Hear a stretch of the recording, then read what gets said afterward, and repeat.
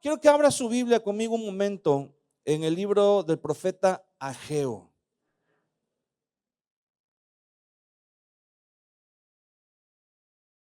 El profeta Ageo, capítulo 2.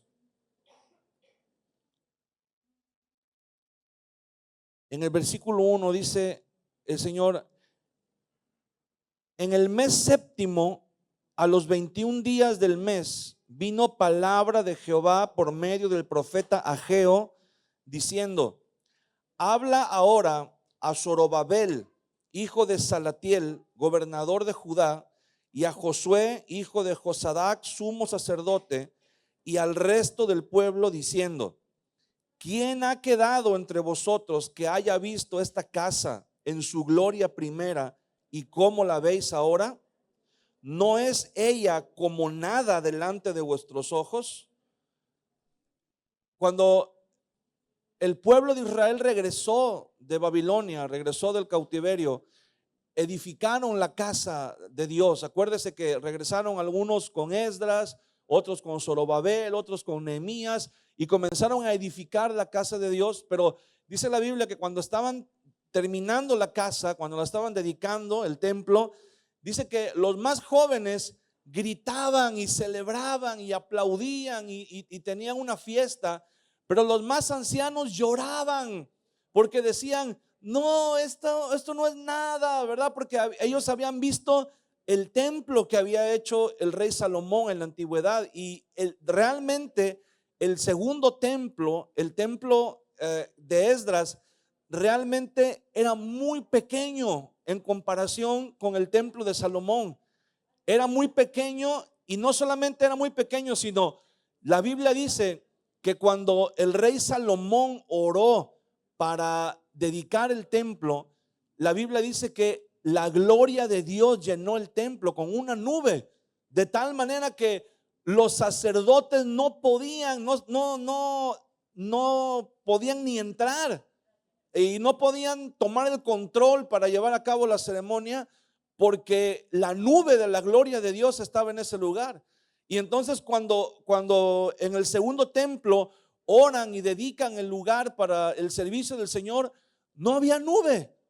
Y entonces los más ancianos lloraban porque decían: no, no es lo mismo. Y los más jóvenes decían: sí, ya tenemos templo, ¿verdad? Como en los tiempos antiguos, ahora también Dios nos va a bendecir en este tiempo. Y había como que un desencuentro ahí en los pensamientos. Pero el Señor viene con una palabra y le dice a Zorobabel y a los que estaban con él, al sumo sacerdote, dice: ¿quién ha quedado de entre vosotros? ¿Hay alguien? Y había ancianos ahí que ya tenían más de 70 años de edad. Acuérdense que el cautiverio duró 70 años.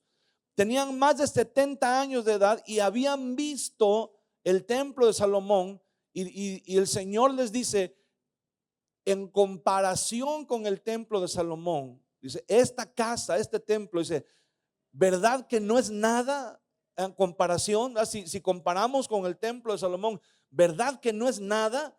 Y yo creo que todos dijeron: pues sí, la verdad que sí, se queda muy corta, ¿verdad? No, es como que ellos esperaban otra vez la nube, otra vez una manifestación así sobrenatural, algo muy, muy espectacular, ¿verdad? Algo que viniera a ser como definitivo, que el pueblo de Dios otra vez volviera a recuperar esa gloria que tenía delante de las demás naciones, delante de los demás reinos. Algo que quedara como una prueba de que nunca más iban a estar bajo el gobierno, bajo la opresión de ningún otro imperio. Pero el Señor les dice esto, les dice: miren, verdad que esta casa, verdad que este templo nuevo no es nada en comparación con la casa anterior, con el templo anterior, verdad que no es nada. Y le dice el Señor: pues ahora, versículo 4, Zorobabel, esfuérzate, dice Jehová, esfuérzate también, Josué, hijo de Josadac, sumo sacerdote, y cobrad ánimo, pueblo todo de la tierra, dice Jehová, y trabajad, porque yo estoy con vosotros, dice Jehová de los ejércitos, según el pacto que hice con vosotros cuando salisteis de Egipto, así mi espíritu estará en medio de vosotros. No temáis, porque así dice Jehová de los ejércitos, de aquí a poco yo haré temblar los cielos y la tierra, el mar y la tierra seca, y haré temblar a todas las naciones, y vendrá el deseado de todas las naciones, y llenaré de gloria esta casa, ha dicho Jehová de los ejércitos. Mía es la plata y mío es el oro, dice Jehová de los ejércitos. La gloria postrera de esta casa será mayor que la primera, ha dicho Jehová de los ejércitos, y daré paz en este lugar, dice Jehová de los ejércitos. El Señor le estaba diciendo al pueblo, miren, no se preocupen, porque esta casa, aunque ustedes la vean chica, aunque ustedes la vean como que le falta la misma manifestación, el mismo poder, aunque ustedes piensen que esta casa se está quedando corta en comparación con la otra, el Señor dice, no se preocupen, esperen, porque dentro de un poco de tiempo, dice, ni esta casa, pero el Señor les dice, la gloria que ustedes vieron o la gloria que ustedes escucharon que se derramó sobre el templo de Salomón, dice el Señor, no es nada comparada con la gloria que yo voy a derramar en los próximos tiempos. ¿Y sabe de quién estaba hablando? Estaba hablando de Jesús. Estaba hablando de que un día, por eso dice la Biblia, si va a aplaudir, apláudale al Señor bien fuerte.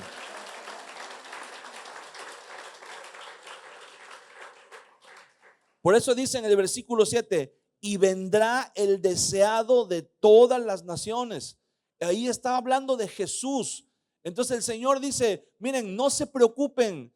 Yo sé que ustedes anhelan que ahorita descienda fuego del cielo, que se llene la casa con una nube, que la voz del Señor se escuche, que haya truenos, que la tierra tiemble. Ustedes quisieran, dice el Señor, quisieran ver cosas así, pero no se preocupen. El Señor dice, desde que salieron de Egipto, yo he mantenido mi promesa y la voy a mantener. Y el Señor les dice, mi espíritu va a estar entre ustedes, no los voy a dejar, pero en un futuro no muy lejano, le dice el Señor, va a venir el deseado de las naciones, y entonces dice, llenaré de gloria esta casa. Pero no está diciendo esta casa, no se refiere al templo, se refiere al pueblo, porque dice, mira, cuando dice en el versículo 8, mía es la plata y mío es el oro, no está hablando de dinero, no está hablando de finanzas, está hablando de que en el templo de Salomón,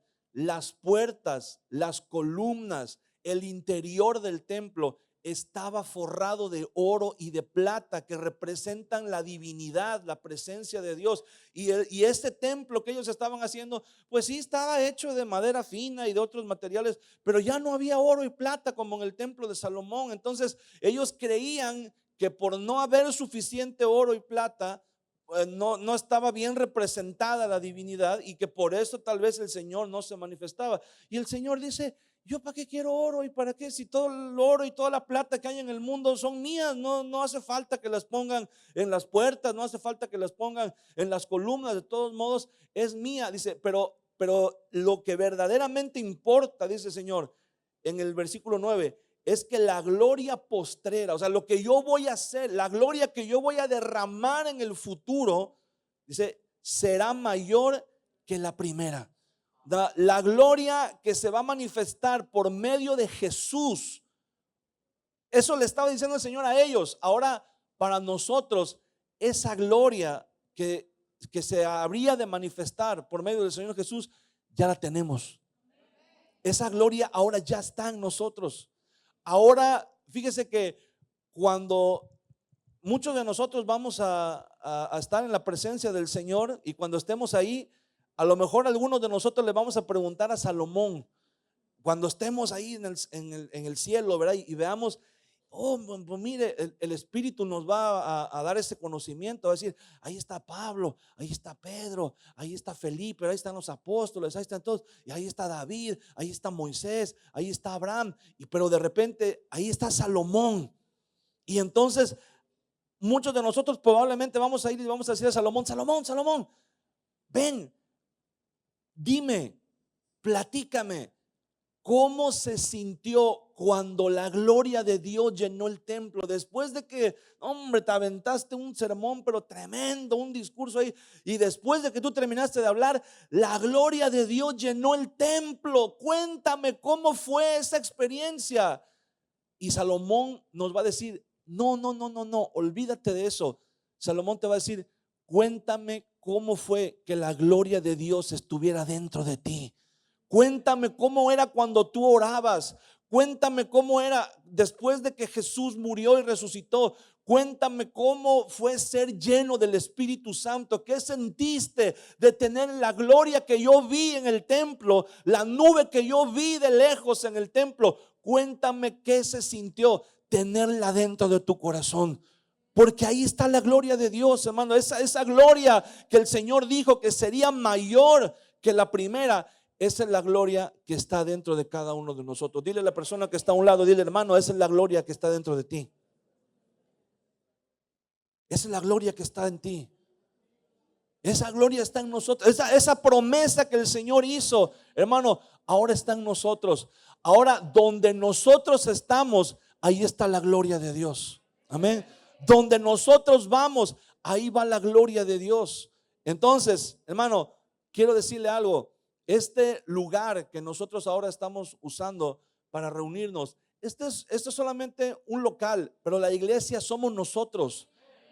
Pero de todos modos, este lugar ahora, de ahora en adelante, ¿verdad? Hace unos días decíamos, el salón, el local, el edificio, pero de ahora en adelante, a partir de hoy, es la iglesia, porque es el lugar en donde nos vamos a reunir. Es el lugar donde el Señor va a estar hablando, va a estar capacitando, va a estar llenándonos. Es el lugar donde el Señor va a estar trabajando, va a estar moldeándonos y va a estar haciendo su obra en nosotros. Así que antes de continuar, yo quisiera que oremos. Y mire, no hay nada de misticismo en esto, ¿verdad? No hay que regar aceite, ni sal, ni nada de eso. Eso olvídese. Lo único que nosotros tenemos que hacer es pedirle al Señor, ¿verdad? Que en este lugar lo vamos a consagrar para que este lugar sea el edificio donde la iglesia se reúne. En un sentido, ¿verdad? Le llamamos iglesia a manera de ubicar, de identificar el lugar donde nos reunimos. Pero la iglesia en realidad somos nosotros, ¿verdad? Este es el edificio que Dios nos ha dado, que Dios nos ha permitido tener la oportunidad de tomarlo para usarlo como iglesia. Y bueno, de ahora en adelante, aquí cuando digamos la iglesia del Señor, ¿verdad? Nuestra iglesia, nos vamos a estar refiriendo a este lugar. Así que sí, es importante, ¿verdad? ¿Sabe por qué? Porque el enemigo también es territorial, ¿verdad? El enemigo también marca sus lugares, también tiene ahí su territorio, pero nosotros venimos y Dios nos ha dado este lugar. Así que ahora este lugar va a ser como si fuera, por decirlo así de una manera, como una embajada del reino de Dios. Amén. Entonces vamos a orar. Quiero pedirle que nos pongamos todos de pie y le voy a pedir a mi esposa que me acompañe aquí al frente para orar. Acuérdese, el Espíritu Santo está en nosotros, la unción está en nosotros. Así que vamos a darle gracias a Dios en esta mañana y vamos a pedirle al Señor que sea Él quien se manifieste, quien se mueva, quien derrame de su Espíritu Santo y su presencia en este lugar. Cierre sus ojos y si puede, levante sus manos conmigo y vamos a decirle: Señor, te damos gracias en esta hora de la mañana, Padre, porque tú nos has permitido venir a este lugar, Señor, y tomarlo como el edificio para tu iglesia, Padre. Gracias, Señor, porque tú nos prometiste que nos ibas a llevar a un lugar mejor, Señor, y has cumplido con tu palabra, has cumplido con tu promesa, Señor, y aún tenemos promesa, Señor, de que este lugar solamente es un intermedio, Señor, solamente es una antesala para algo más grande que tú vas a hacer, Señor, para algo más grande que tú vas a traer, Señor. Aunque nosotros sabemos que la iglesia somos nosotros, aunque sabemos que tu gloria está en nosotros y no en un edificio, Señor, pero este lugar, Señor, de hoy en adelante lo consagramos como iglesia, Señor, lo consagramos como el lugar de reunión, lo consagramos como el lugar donde nos reunimos, Señor, para cantar, para adorar, para orar, Señor, para escuchar tu palabra, para recibir instrucción, Señor, por medio de tu palabra, para ser discipulados, Señor. Hoy te pedimos, Señor, así como Salomón oró, Padre, que tu oído esté atento a las oraciones que hacemos en este lugar, que tus ojos estén sobre nosotros, Señor. Guárdanos en todo momento. Sabemos, Señor mi Dios, que alrededor de este lugar hay maldad. Sabemos que alrededor de este lugar, Señor, el enemigo ha tomado posiciones, Señor. El enemigo ha tomado territorio y se ha adueñado, y a través de esos territorios, Señor, está influyendo en muchas vidas. Pero tú has permitido que lleguemos a este lugar, Señor, para arrebatar de las tinieblas, Señor, a todos aquellos que tú deseas traer a tu presencia, Padre. Ayúdanos a que a partir de este punto, a partir de esta ubicación, Señor, tu reino sea extendido en todas direcciones, que tu reino sea ensanchado, Señor, en todas direcciones, que podamos, Señor mi Dios, ver tu gloria cada vez que nos reunamos en este lugar, y que tengamos la convicción, Señor mi Dios, de que tu espíritu, Señor, se mueve en medio de tu pueblo, en medio de tu iglesia, dándonos sabiduría, dándonos dirección, Señor, y sobre todo, Padre, trabajando en nosotros, trabajando en cada uno, Señor, de los que integramos tu cuerpo, para que haya, Señor, siempre el fruto de tu espíritu en cada uno de nosotros, Dios. Te damos muchas gracias por este lugar, Señor, que a partir de hoy tomamos posesión de él, Señor. A partir de hoy lo consagramos como lugar de reunión para tu iglesia, Señor. Bendícenos, guárdanos, Señor. Permite, Señor mi Dios, que todas las personas que están alrededor de este lugar puedan, Señor, también ser impactadas y alcanzadas para tu reino, Señor, por tu evangelio, para tu reino, Padre. Te damos muchas gracias en el nombre de Jesús. Amén y amén. Denle un fuerte aplauso al Señor, me mando en esta mañana.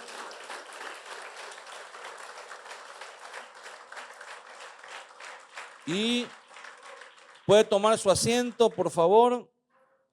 Vamos a continuar.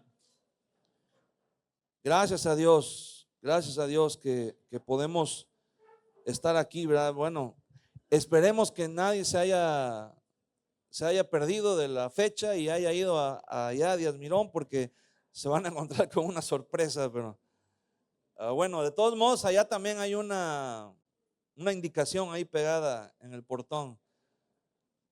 Yo estoy seguro que muchas personas se van a preguntar: ¿por qué ya no está la iglesia? ¿Qué pasó?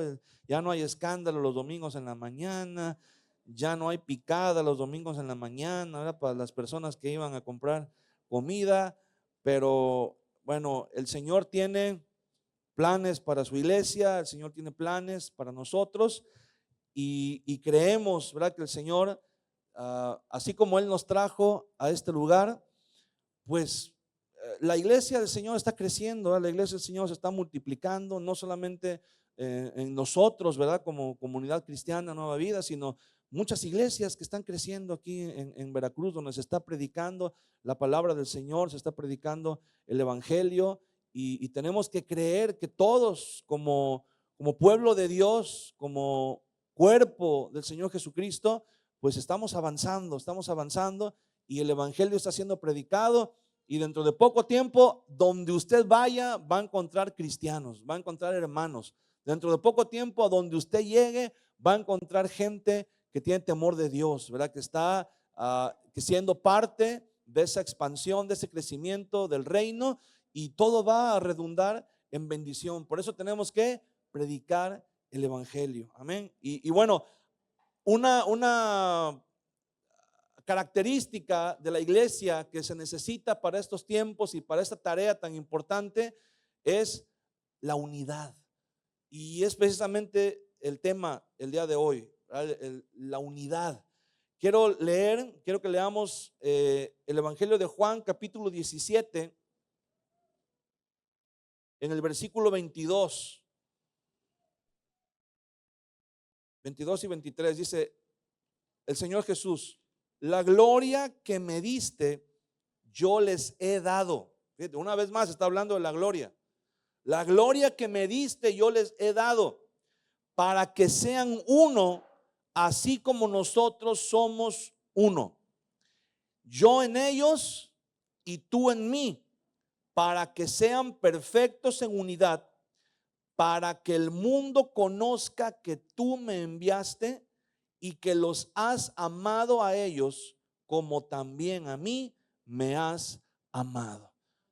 La oración del Señor Jesús, cuando él ya estaba a punto de ser crucificado y él iba a morir, pero él ora al Padre por la iglesia. Y fíjese que no pidió, él pudo haber pedido muchas cosas para la iglesia, pero él pidió una cosa que él consideró que era lo más importante. Él dijo: Padre, que sean uno, como tú y yo somos uno.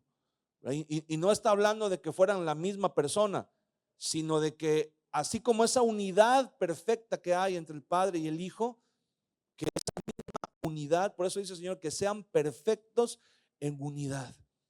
Hay muchas cosas en las que somos imperfectos, pero el Señor está pidiendo que seamos perfectos en unidad. La unidad es la característica principal que debe distinguir a la iglesia ante el mundo. Pero desafortunadamente el día de hoy la iglesia en general, ¿verdad? En general la iglesia se encuentra muy falta de unidad. Y esa falta de unidad se debe a que cada uno de nosotros creemos que tenemos la razón y no estamos dispuestos a renunciar. Hay una frase muy famosa que alguien dijo que dice: no hay nada más equitativamente repartido que la razón, porque todos creemos tener suficiente, ¿verdad? Todos creemos que tenemos la razón. Y es muy difícil que alguien ceda, que alguien diga: ok, está bien, estoy equivocado, tú tienes la razón, ¿verdad? Muchas veces preferimos quedarnos con la idea de que tenemos la razón, aunque eso venga a producir o a provocar una fractura en las relaciones. Estamos viviendo en un mundo donde todo está dividido, todo son divisiones. Estamos divididos por la política, por la religión, por cuestiones raciales, por opiniones, ¿verdad? Cada quien tiene su postura, cada quien tiene su identidad y cada quien es dueño de la razón en cierto grado. Y no estamos dispuestos a dejarnos moldear o dejarnos cambiar, como dijimos hace un momento. Preferimos, antes que haya una fractura, a ceder nuestro derecho de tener la razón. Y el Señor Jesús oró al Padre y dijo: Señor, que sean uno, que haya unidad. Y fíjese bien las palabras del Señor Jesús. Dice: para que el mundo conozca que tú me enviaste. El día de hoy muchas iglesias, hablando de las diferentes iglesias que se reúnen en diferentes lugares y de todo el mundo, no nada más aquí en Veracruz, no nada más aquí en nuestro país, pero en todo el mundo hay iglesias que se están esforzando por, no tanto de manera explícita, pero están dando un mensaje. A veces sí es muy explícito, pero están mandando un mensaje diciendo: mi iglesia es la mejor, ¿verdad? Pero no en un sentido positivo, sino no en una humildad, sino como en un espíritu de competencia, en un espíritu de decir: mi iglesia es la única que tiene la razón, mi iglesia es la única que tiene la verdad. Muchas iglesias el día de hoy usan una frase que tal vez usted la ha escuchado, o si no la ha escuchado, la va a escuchar por ahí.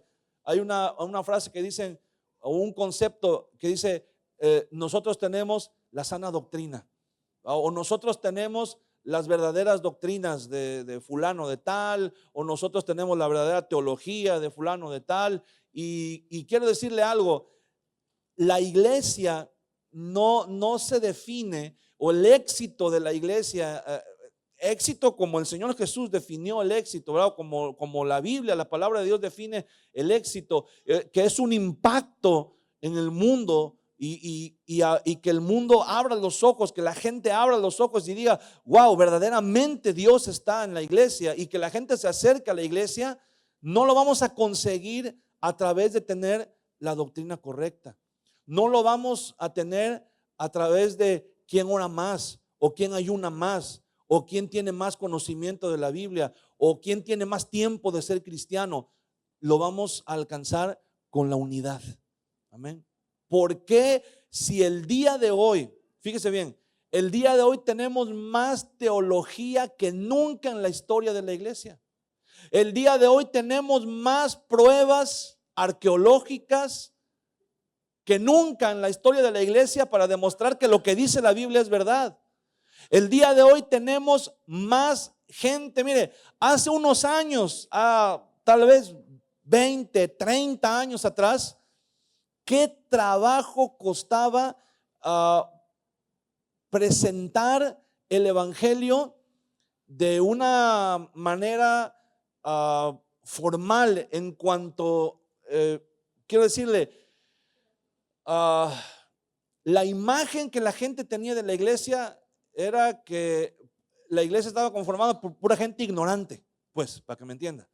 La gente creía, no, es que la iglesia es para los ignorantes, ¿verdad? Porque ahí los engañan, ahí los manipulan, ahí es todo. Pero de unos años para acá hay muchas personas que han sido alcanzadas, digámoslo así, personas que tienen cierta influencia, ¿verdad? Por ejemplo, gente famosa.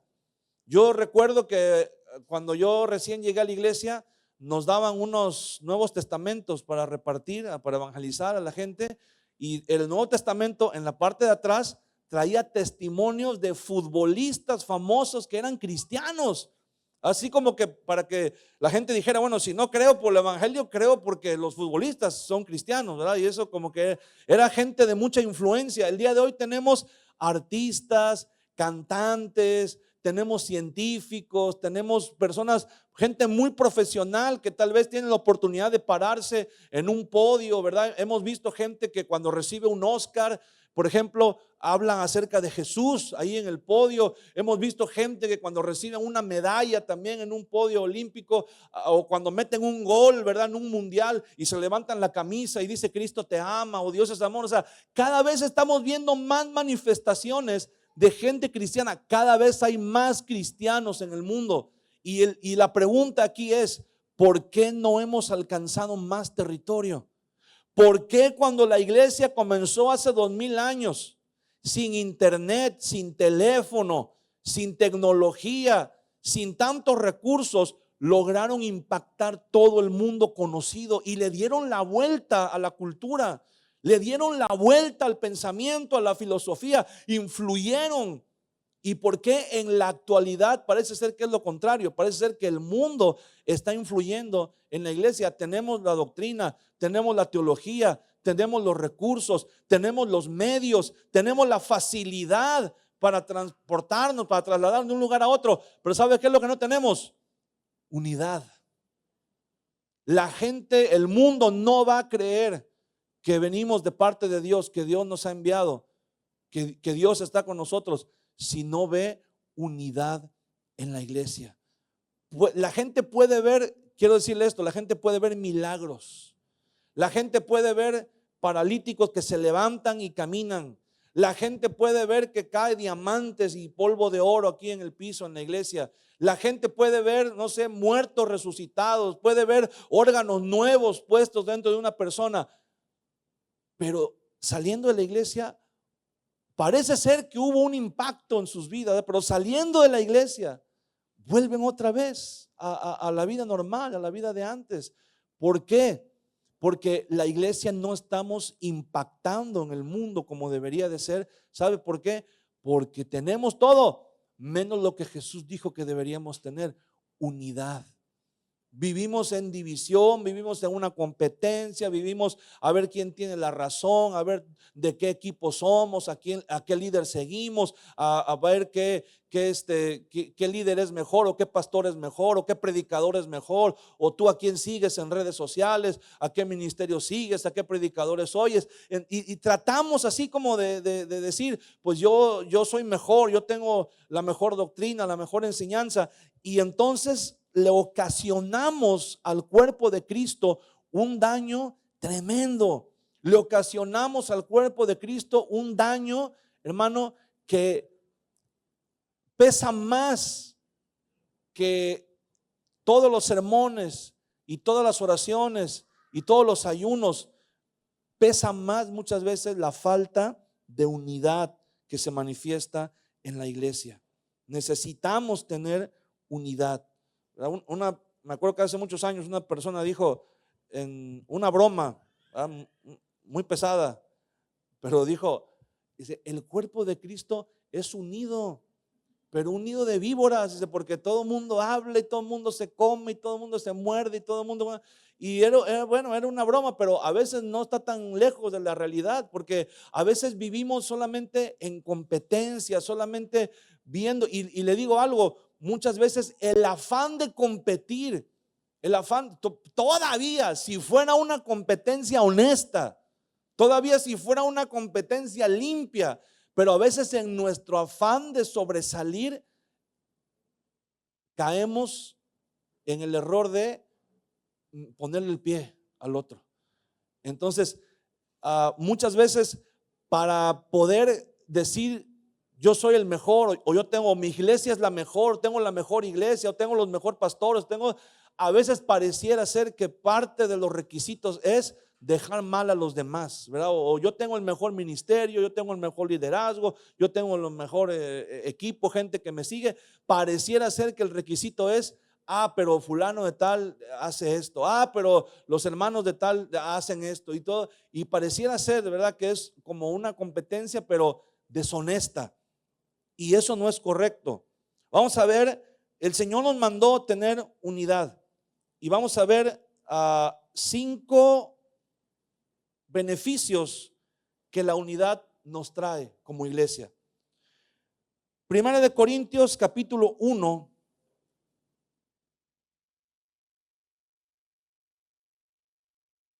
Primera de Corintios capítulo 1.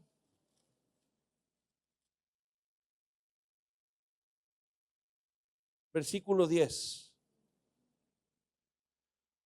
Os ruego, pues, hermanos, por el nombre de nuestro Señor Jesucristo, que habléis todos una misma cosa y que no haya entre vosotros divisiones, sino que estéis perfectamente unidos en una misma mente y en un mismo parecer. Qué difícil es verlo de esta manera, pero esto es lo que el Señor anhela de nosotros, que estemos unidos, que hablemos una misma cosa, que no haya entre nosotros divisiones, que seamos todos de un mismo parecer. ¿Verdad? Qué triste es cuando tenemos, la iglesia tiene una visión, ¿verdad? El Señor da una visión para la iglesia, y muchas veces la visión que el Señor da para la iglesia no estamos de acuerdo al 100%, y es válido. Es válido. A lo mejor usted dice, bueno, yo no entiendo por qué el Señor está haciendo esto, yo no entiendo por qué esto se puso de moda, o qué está sucediendo, y es válido, hermano, pero más que nada, lo que tenemos que promover es la unidad. Si no estamos promoviendo la unidad, aquí no hay puntos neutros. Si no estamos promoviendo la unidad, estamos promoviendo la división, la desunión en el cuerpo de Cristo. Y cuando una persona promueve la desunión, mira, no estamos haciéndole daño, no estamos hablando mal, no estamos haciendo algo en contra de un hermano, de una hermana, de un ministerio. ¿Qué le dijo el Señor Jesús a Saulo cuando lo encontró en el camino a Damasco? Cuando Saulo dijo, Saulo intuyó y dijo, este no es cualquier cosa, esto es, estoy teniendo un encuentro con alguien sobrenatural. Y Saulo se atrevió a preguntar y dijo, Señor, ¿quién eres? ¿Y qué le contestó el Señor? Yo soy Jesús a quien tú persigues. Cuando nosotros atentamos en contra de la iglesia, en realidad estamos atentando en contra ¿de quién? De Jesús. Estamos persiguiendo a Jesús. El que se mete con la iglesia, se mete con Jesús. Amén. Está teniendo una confrontación con el Señor Jesús. Pero ¿por qué el Señor nos manda que tengamos unidad? Vamos a ver 5 beneficios de la unidad. Primero, en la unidad hay victoria. Vamos a leer rápidamente Primera de Crónicas, capítulo 19.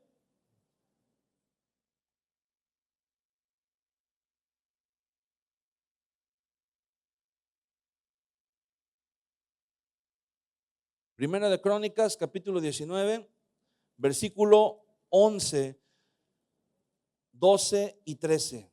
Dice, puso luego el resto de la gente en mano de Abisaí su hermano y los ordenó en batalla contra los amonitas. Y dijo, si los sirios fueren más fuertes que yo, tú me ayudarás. Y si los amonitas fueren más fuertes que tú, yo te ayudaré. Esfuérzate y esforcémonos por nuestro pueblo y por las ciudades de nuestro Dios, y haga Jehová lo que bien le parezca. Entonces se acercó Joab y el pueblo que tenía consigo para pelear contra los sirios, mas ellos huyeron delante de él. Fíjese, iban a la batalla el ejército de David, los hombres de David, y Joab, que era el general del ejército, llamó a su hermano, y venían 2 ejércitos contra ellos. Y entonces dijo, vamos a hacer una estrategia, tú vas a cubrir un frente, tú vas a cubrir un flanco y yo voy a cubrir el otro. Pero vamos a ver si en algún momento en la batalla tú ves que yo voy perdiendo, tú me ayudas a mí. Y si en el momento de la batalla que yo vea que tú vas perdiendo, que te van ganando, yo te voy a ayudar a ti, yo te voy a reforzar a ti. Entonces dice la Biblia, presentaron batalla y los enemigos huyeron delante de ellos. ¿Sabe por qué huyeron los enemigos, hermano? Principalmente porque Dios estaba con ellos, pero porque ellos estaban unidos, porque había unidad. Cuando el enemigo ve que hay unidad en el cuerpo de Cristo, el enemigo dice, no, yo ahí no me meto ni loco porque me sacan a patadas.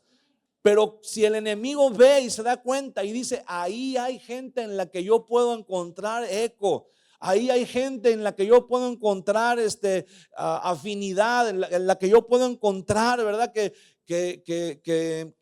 apoyen ahí una fractura, una división. El enemigo se va a meter y va a hacer estragos.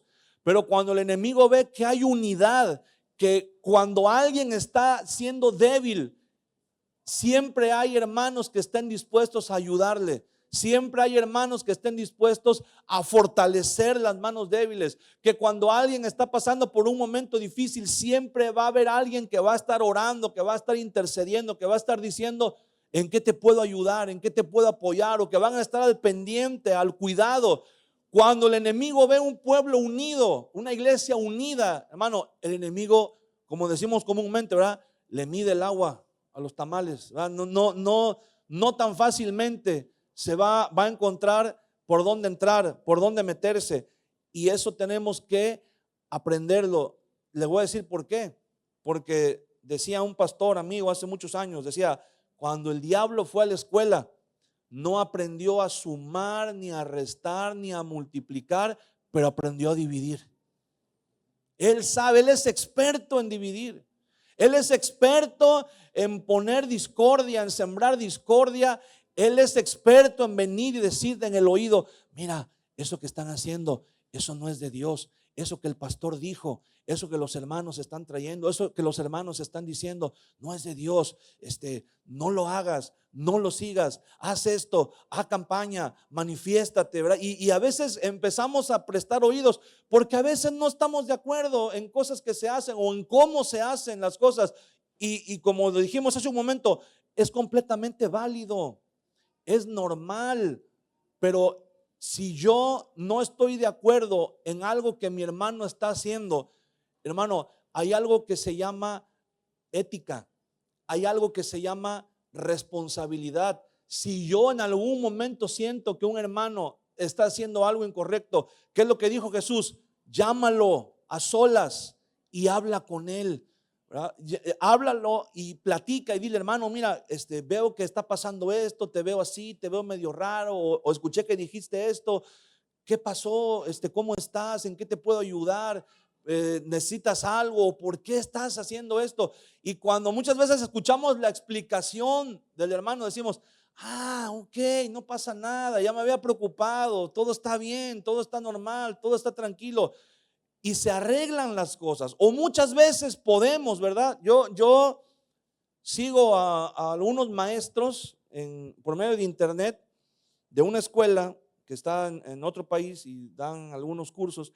Y en una ocasión, dos maestros tuvieron un desacuerdo, pero aunque los dos manifestaban tener opiniones diferentes, uno de ellos exhortó al otro y el otro aceptó la exhortación.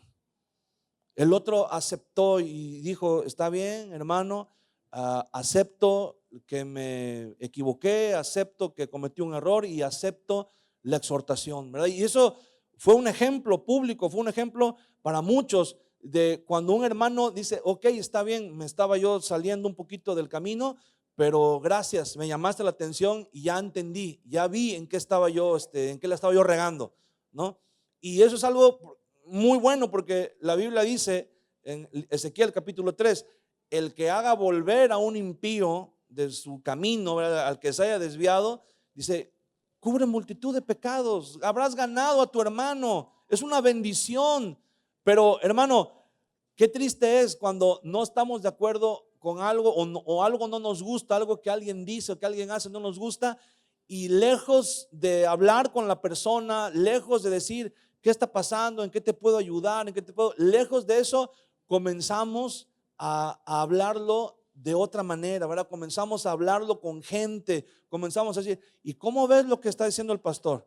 ¿Y cómo ves lo que están haciendo en la iglesia los hermanos? ¿Y cómo viste eso que anunciaron, ¿verdad? Y cómo, a mí la verdad, yo no sé, pero yo como que no estoy de acuerdo. Y comenzamos, y ahí comienzan a salir comentarios, ahí comienza a salir lo que verdaderamente hay en el corazón. Y quiero decirte algo, hermano, cuando hacemos ese tipo de cosas, no estamos atentando contra el pastor, no estamos atentando contra los hermanos, no estamos atentando contra la iglesia de Cristo. Porque no quiere decir que solapemos las cosas que se hagan mal. No, las cosas que se hagan mal tenemos que decirlas, ¿verdad? Y tenemos que corregirlas. Pero hay maneras de hacerlo. Porque antes que nada tenemos que cuidar la iglesia. Porque el Señor nos ha llamado a hacer trabajo pastoral. Todos nosotros tenemos la posibilidad y tenemos también la bendición, la oportunidad de parte de Dios de hacer trabajo pastoral. Usted puede hacer trabajo pastoral cuando usted ve que a lo mejor su ministerio no es el ministerio pastoral, pero usted puede hacer trabajo pastoral cuando usted ve a alguien que está desanimado y le da una palabra de aliento, cuando usted ve a alguien que tiene un problema y ora por esa persona. ¿Qué estamos haciendo? Estamos cubriendo, estamos haciendo ese pastoreo del rebaño, estamos alimentando, estamos sanando las heridas de otros. Pero hermano, qué triste es cuando en lugar de hacer eso hacemos todo lo contrario, ¿verdad?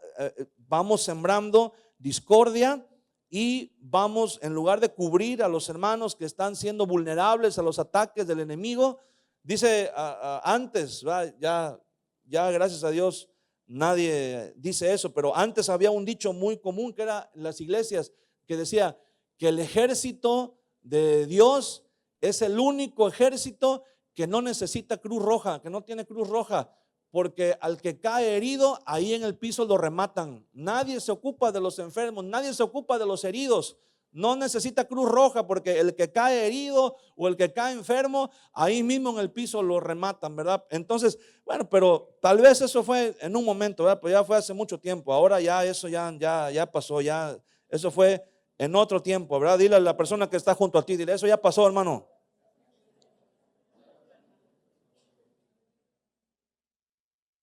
Amén. En la unidad no solamente hay victoria, pero la número 2 es que en la unidad hay avance. Nehemías capítulo 4, versículo 6 dice: edificamos pues el muro y toda la muralla fue terminada hasta la mitad de su altura, porque el pueblo tuvo ánimo para trabajar. Fíjese, cuando Nehemías unió al pueblo, ¿por qué? Hacía muchos años que habían construido el templo, pero la muralla estaba destruida, no había muralla. Y había gente, sí había gente, pero no estaban unidos.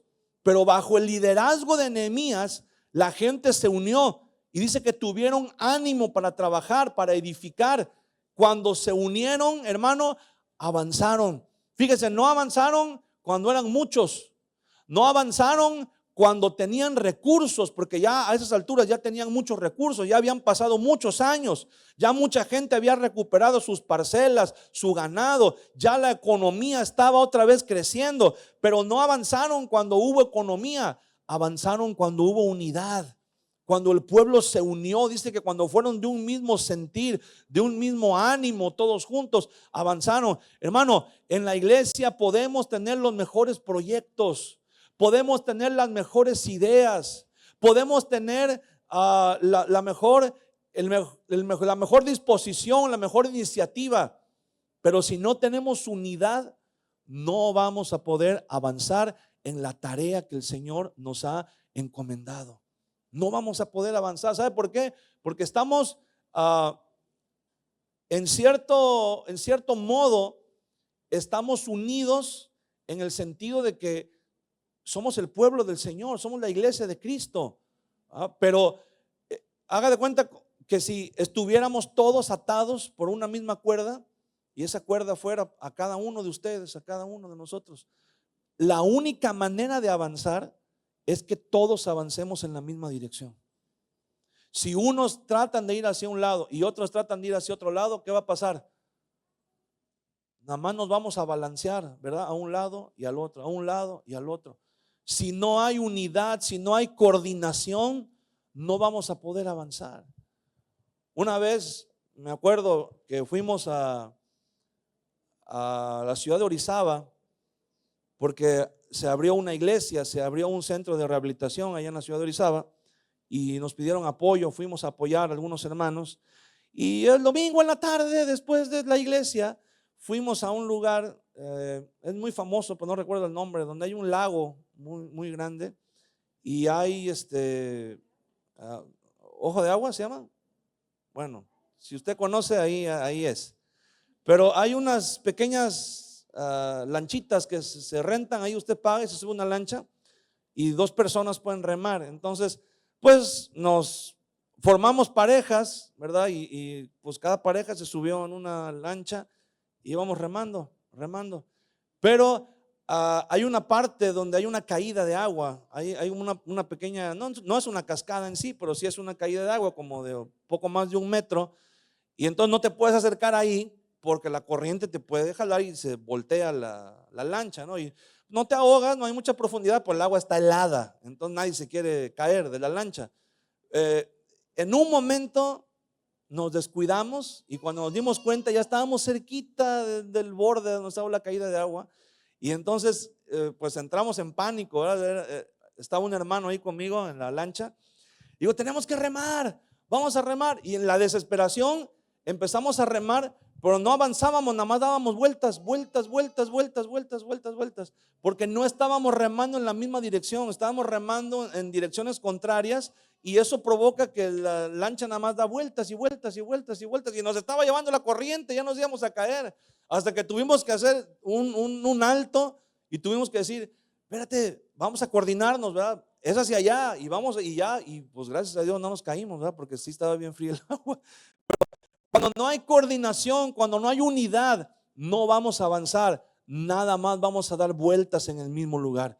Si de verdad, mire, podemos tener metas increíbles, espectaculares, podemos tener metas que cuando platicamos planes, proyectos, decimos, no hombre, ¿verdad? Estos proyectos están pero de verdad sensacionales. Pero ¿cuántas veces pasan años y no avanzamos y no alcanzamos a llegar? ¿Sabe por qué? Porque no hay unidad. Si no hay unidad, no vamos a alcanzar nuestras metas, no vamos a poder salir adelante con las tareas que el Señor nos ha dado y nos ha puesto enfrente. Amén. En la unidad, número 3, hay fortaleza. Eclesiastés capítulo 4 versículo 12: y si alguno prevaleciere contra otro, dos le resistirán, y cordón de 3 dobleces no se rompe pronto. ¿Verdad? ¿Qué significa esto? Que nos hacemos fuertes cuando hay unidad. No solamente el Señor nos da la victoria, como vimos en el punto número 1, no solamente nos da la victoria, pero nos fortalecemos. Cuando trabajamos en equipo, nos fortalecemos, nos ayudamos mutuamente y crecemos espiritualmente, ¿verdad? Cuando no hay unidad, mire, podemos estar todos reunidos en un mismo lugar, en un mismo, como ahorita, ¿verdad? Pero si no estamos unidos, van a pasar años y vamos a seguir estando en el mismo nivel espiritual en el que estamos, en el mismo nivel. Hay cristianos que pasan años y años y años y estamos estancados en un bache espiritual. No podemos salir, no podemos avanzar, no podemos crecer. Estamos años y años en el mismo lugar espiritualmente hablando. ¿Por qué? Porque estamos aislados, porque tenemos el espíritu del llanero solitario. Queremos todo, lo queremos hacer solos, todo. ¿Por qué? Hay gente que cuando tú la quieres ayudar, dice: me ayudas más no estorbando, me ayudas más dejándome solo, avanzo más. Hay un dicho dentro del tema del liderazgo, hay un dicho que dice: si quieres llegar rápido, ve solo, pero si quieres llegar lejos, trabaja en equipo. ¿Verdad? Ahí está la importancia también del discipulado. Si no discipulamos a otros, si no enseñamos a otros, ¿y cómo se da el discipulado? En la unidad. En la unidad. No vamos a encontrar otra manera de discipular más que en la unidad. Si no hay unidad, hermano, no vamos a poder transmitir lo que el Señor nos ha dado a las nuevas generaciones, a los que vienen creciendo, a los que vienen detrás de nosotros en crecimiento espiritual. Entonces, si no hay unidad, vamos a pasar mucho tiempo dando vueltas en el mismo lugar. Número 4, en la unidad hay paz y hay bendición. Salmo 133 versículo 1: mirad cuán bueno y cuán delicioso es habitar los hermanos juntos en armonía. Es como el buen óleo sobre la cabeza, el cual desciende sobre la barba de Aarón, y baja hasta el borde de sus vestiduras, como el rocío de Hermón que desciende sobre el monte de Sión, porque allí envía Jehová bendición y vida eterna. Hermano, qué bendición es cuando estamos unidos. El Señor nos va a dar paz y nos va a dar bendición.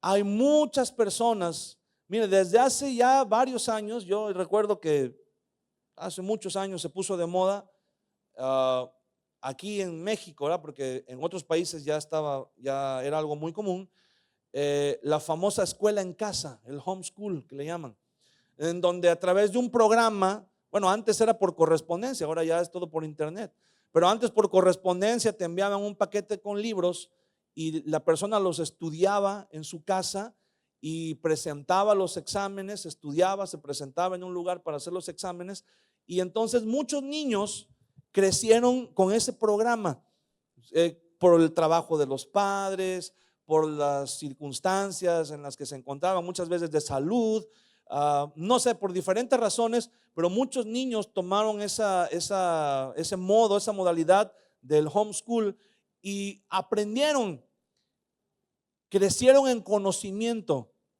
pero cuando se hicieron profesionistas y tenían que estar y desarrollarse en un medio laboral, les costaba mucho trabajo integrarse al equipo, porque no habían desarrollado el conocimiento, las habilidades cognitivas, eran muy buenos, pero no tenían las habilidades para relacionarse, no podían socializar, no sabían cómo empatizar en un ambiente de trabajo, no sabían cómo apoyarse, hacer una sinergia y aprovechar el potencial de los demás y que los demás también se beneficiaran del potencial propio, porque no habían trabajado nunca la unidad.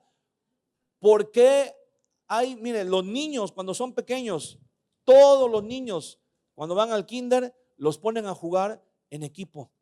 Y ahí desarrollan sus capacidades, ahí desarrollan esa capacidad de hacer amigos, esa capacidad de socializar y también de explorar y de darse cuenta. Cuando hacemos eso, nos damos cuenta que necesitamos de otros, no podemos alcanzar nuestras metas nosotros solos. Y todo eso trae un bienestar, un equilibrio, una paz interior, porque se desarrollan nuestras capacidades y porque sabemos que no estamos solos. Por eso el Señor dice: mirad cuán bueno y cuán delicioso es habitar los hermanos juntos en armonía. La armonía, ¿sabe qué es la armonía? Cuando todos los instrumentos suenan, pero cada instrumento entra en el momento que tiene que entrar. Cada instrumento hace su parte, ¿verdad? Por eso usted ve que cuando una orquesta está tocando, hay una persona que está así moviendo la varita, ¿verdad? No está nada más así haciendo no nada más le está echando porras, ¿verdad? No nada más le está haciendo échenle ganas, sino está dirigiendo. Cada músico sabe en qué momento tiene que entrar, pero también el director le está guiando en la intensidad, les está dando algunas instrucciones, ¿verdad? ¿Por qué? Porque la armonía es muy importante, porque si no hay armonía, pues no hay canción, ¿verdad? No hay música, no se podría distinguir qué es lo que están tocando. Entonces, en la iglesia, en el cuerpo de Cristo, es igual. Si cada uno de nosotros hacemos la parte que nos corresponde, nos integramos, somos parte. Mire, hermano, no hay nada que traiga más satisfacción al ser humano y más bienestar al ser humano que saber que somos parte de un equipo, de una familia, que somos parte de una comunidad. Eso nos da identidad, eso nos da paz, porque fuimos creados para vivir en sociedad, fuimos creados para vivir en comunidad. Nuestra fe, la fe cristiana, es una fe que se vive en comunidad. Si usted se da cuenta, las oraciones que están en la Biblia son oraciones en plural. Bendícenos, enséñanos, háblanos, ámense unos a otros, canten todos juntos, oren. El Señor está hablando en plural. ¿Por qué? Porque tenemos que hacerlo solo. Si una persona se queda en su casa y dice: yo veo el servicio ahí en internet, o yo veo la predicación, o yo canto alabanzas allí en mi casa, ¿verdad? Sí, vas a estar en comunión con el Espíritu, pero no vas a crecer. Hay capacidades o hay características, rasgos de tu vida espiritual que no van a poder madurar, porque no estamos siendo parte de la iglesia, no estamos siendo parte de la comunidad. Entonces, hermano, muchas veces hemos puesto este ejemplo, ¿verdad? A nadie le gusta, nadie en su sano juicio se come 2 barras de mantequilla así a mordidas. Nadie en su sano juicio se come 2 kilos de azúcar así a cucharadas, ¿verdad? Nadie en su sano juicio se come un cartón así de huevos crudos. Nadie en su sano juicio bueno, tal vez el chocolate sí, ¿verdad? Un medio kilo de chocolate o no sé, o 3 o 4 litros de leche. Nadie en su sano juicio se comería esas cosas, pero a todos o a la gran mayoría de nosotros nos gusta el pastel de chocolate. El pastel de chocolate son todos esos ingredientes debidamente mezclados y procesados. Entonces, en la iglesia es lo mismo. En la iglesia, si nos vemos de forma individual, vamos a decir: ese hermano me cae gordo, esa otra hermana siempre está con sus cosas, ese otro hermano siempre está. Y si nos vemos de manera individual, nos vamos a encontrar los defectos, nos vamos a encontrar las cosas malas, ¿verdad? Como decimos ahí, las X, las tachas. Pero si aprendemos a vernos como el cuerpo de Cristo, como la iglesia del Señor Jesucristo, nos vamos a llevar la bendición. Porque dice la Biblia: aquí es donde Jehová envía bendición y vida eterna. En la iglesia es donde Dios trabaja, donde Dios trata con nuestras vidas. donde Dios se revela a cada uno de nosotros. Amén. Y como último punto, en la unidad hay poder. ¿Poder para qué? Mire, en Mateo capítulo 18, versículo 19 dice: otra vez os digo que si dos de vosotros se pusieren de acuerdo en la tierra acerca de cualquier cosa que pidieren, les será hecho por mi Padre que está en los cielos. Mira, cuando el Señor dice, otra vez os digo que si dos de vosotros se pusieren de acuerdo en la tierra, cualquiera que lee esto puede decir, pues está bien fácil. Nada más es cuestión de ponernos de acuerdo. Pero la palabra que está escrita aquí no nada más significa ponerse de acuerdo en un momento, significa también permanecer de acuerdo. Porque cualquiera puede decir, pues yo estoy de acuerdo en esto en un principio, pero qué difícil es, hermano, permanecer en ese acuerdo. Qué difícil es decir, pues yo ya di mi palabra, pues yo ya firmé, ahora ya me comprometí, ahora me voy a mantener, ahora voy a mantener mi compromiso. Claro, hay situaciones, ¿verdad? Hay excepciones, hay situaciones muy extremas en donde sí de plano uno tiene que tomar su distancia o decidir separarse, ¿verdad?, de una relación. Pero en la mayoría de los casos, la gente, qué fácil es para muchos de nosotros entrar en desacuerdo y decir, pues ya no estoy de acuerdo, recojo mis canicas y ya me voy. Me voy a otro lugar donde sí me valoren, me voy a otro lugar en donde sí estén de acuerdo con mis ideas, en donde sí me acepten, en donde sí se den cuenta, ¿verdad?, de mi experiencia, de mi conocimiento, de esto. Y comenzamos a hacer ahí un drama, cuando en realidad la palabra del Señor dice que el verdadero poder está cuando manifestamos un carácter sano. El carácter, hermano, no se va a manifestar en cuánto gritamos o con cuánta gente peleamos o cuántas veces imponemos nuestra razón, nuestro pensamiento. El carácter, hermano, se va a manifestar cuando permanecemos, cuando somos fieles, hermano, en nuestras decisiones dentro de la voluntad del Señor, ¿verdad? Qué fácil es cuando las cosas cambian, cuando todo se pone difícil, decir, ahí nos vemos, ya me voy, ya no estoy aquí. Pero cuando verdaderamente hay una unidad, cuando verdaderamente las cosas se ponen difíciles, permanecer en tiempos de crisis, permanecer durante las pruebas, permanecer durante las tribulaciones, eso, hermano, verdaderamente habla de la unidad, del amor al Señor, del amor al prójimo. El Señor dice, otra vez os digo que si dos de vosotros se pusieren de acuerdo, y acuérdese, no solamente es ponerse, es permanecer de acuerdo. Hermano, si usted puede permanecer en un acuerdo, y si usted puede manifestar madurez y carácter al permanecer firme en un acuerdo, aunque pasen por temporadas difíciles, aunque pasen por temporadas de incertidumbre, aunque pasen por un desierto, por tribulación, pero decir, yo voy a permanecer, yo voy a aferrarme a las promesas de Dios, yo voy a creerle al Señor lo que el Señor me dijo. Hermano, dice la palabra del Señor, el Señor Jesús dice, pidan cualquier cosa que pidan, será hecho por mi Padre que está en los cielos. Cuando una persona experimenta y desarrolla en su vida madurez, cuando una persona desarrolla el carácter, cuando Dios se deja pulir por el Señor en ese carácter, entonces el Señor Jesús dice, pueden pedir lo que quieran, pero sabe, no solamente que pidan, sino que cuando hay madurez y aprendemos a trabajar en equipo y aprendemos a estar unidos, nos damos cuenta que las metas se alcanzan más fácilmente trabajando en equipo. Por eso dice el Señor Jesús, si aprenden a permanecer en un acuerdo, pueden pedir lo que quieran, porque eso es lo más difícil, aprender a permanecer en un acuerdo. Qué difícil es, hermano, qué difícil es, de verdad. Repito, hay situaciones extremas en donde de plano, ¿verdad?, vemos cosas que ya no son correctas, que ya no son de Dios, pero así en una cuestión ya muy radical, y entonces tenemos que decir, no, ¿sabes qué? Yo no puedo ser parte de esto.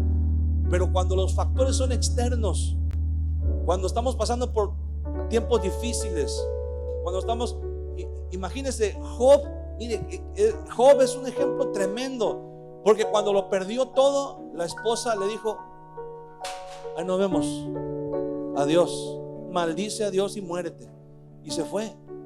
Y ya cuando pasaron los años y Job empezó a prosperar, le empezó a ir bien, empezó a recuperar sus empresas, su ganado, su economía, volvió tal vez a salir, ¿verdad?, en las portadas de las revistas, de los periódicos. Otra vez ya Job recupera su fortuna, Job recupera su estatus, volvió a aparecer ahí en la lista de Forbes, volvió Job a recuperar así su nivel.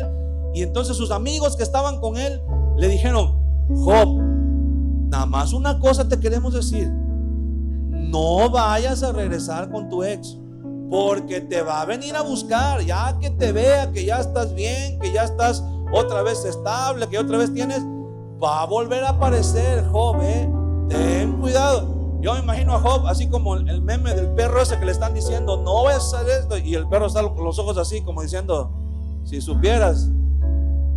¿Y qué sucedió? Volvió la esposa y Job la recibió. Ahí el ejemplo es Job, ¿verdad? El ejemplo a seguir es Job, y el ejemplo a no seguir es la esposa de Job, porque ella no manifestó esa unidad, ese carácter. Ella se fue cuando las cosas se pusieron feas. Ella abandonó el barco cuando parecía que se iba a hundir. Pero cuando ya todo volvió a la normalidad y otra vez hubo prosperidad y otra vez hubo paz y otra vez hubo bendición, regresó. Nosotros no debemos ser así, hermano. Nosotros tenemos que permanecer en las promesas de Dios. Tenemos que aferrarnos a lo que Dios ha prometido, a lo que Dios ha dicho, a lo que Dios nos ha mandado, porque en la unidad vamos a alcanzar esas metas. Pónse de pie un momento, por favor. Hay una historia que la escuché en una ocasión hace muchos años, y la escuché en un evento en donde tuve la oportunidad de asistir, y precisamente estaban hablando acerca de la unidad. Y esta historia es verídica. Esta historia sucedió en Estados Unidos, en una granja. Me parece que fue por ahí de los años 50, 60, en donde una familia vivía en una granja y tenían un campo de trigo. Eran muchas hectáreas, muchísimas hectáreas de trigo.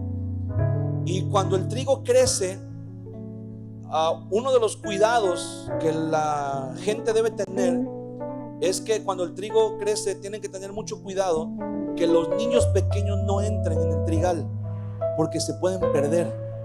Cuando los niños entran en el trigal, como el trigo es más alto que ellos no tienen referencia de hacia dónde, por dónde entraron, o por dónde van a salir, o dónde está la casa, o dónde está ellos se pierden, se desorientan y se pierden.